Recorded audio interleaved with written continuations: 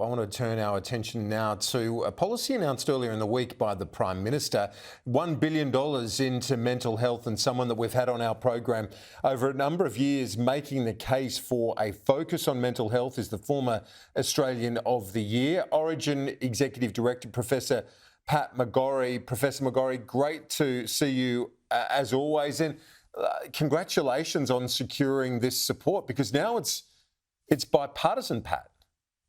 Yeah, that's right, Kieran, and thank you once again for having me on the program.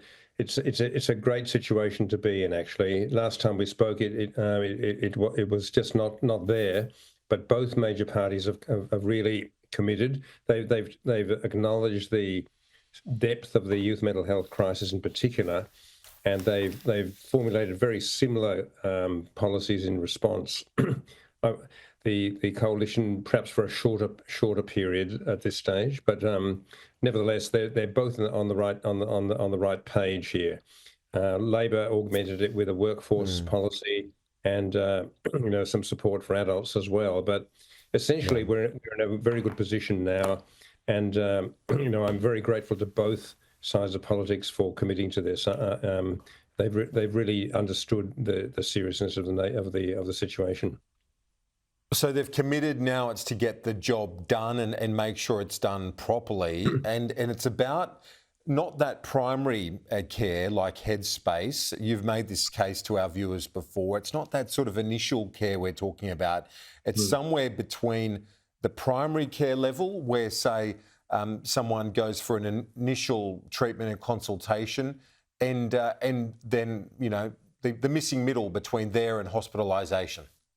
Yeah, I think if you listen to the Prime Minister yesterday, he described it very well, the missing middle, and Mark Butler as well.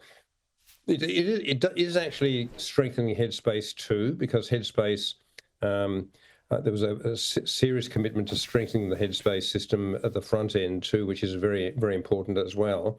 But the missing piece has been this platform of specialist youth mental health services that are team-based in the community, involving psychiatrists as well as other mental health professionals, and they provide a longer-term episode of care, not just a few sessions, basically. So that is going to be a game changer, but it will take time to build that system. It'll probably take a number of years to really get that in place, but I think I can see us in another 5-10 years having a fantastic system of care if this is implemented properly. And of course, that's the secret. The money is hope so. Very necessary, but we've got to be able to put it on deck, and we've got to train the workforces and make sure that people are working in the right way with young people and families. Well, that's the other question I wanted to ask you about, and that is the building block to make sure the dollars are spent effectively, and that is to get the people into the roles and train them. How do we do that? Well, I think that you have to incentivise it, and Labor's package yesterday did actually have support for 1,200 new training places, and it's very important. They have to be trained in the right way, though. The traditional child and adolescent versus adult model of training professionals is not really appropriate for this age group. We need something new. It's called youth mental health. It's a whole new field.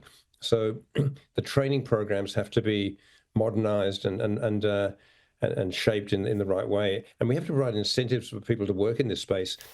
As we've discussed, it's an incredibly fulfilling area to work in, because you see these young people coming in with a big cloud over their futures, and when they're successfully treated, the whole world opens up once again for them, and it's very rewarding work. And we just have to create the right cultures to attract the professionals in, and we have to remunerate them properly. We're seeing the consequences in New South Wales of that not being addressed, a very poor culture of care in the state system, and combined with not paying them enough. So people become very disengaged and disillusioned, and they all end up in private practice where that's not an equitable way to provide care in that model. No, it's not.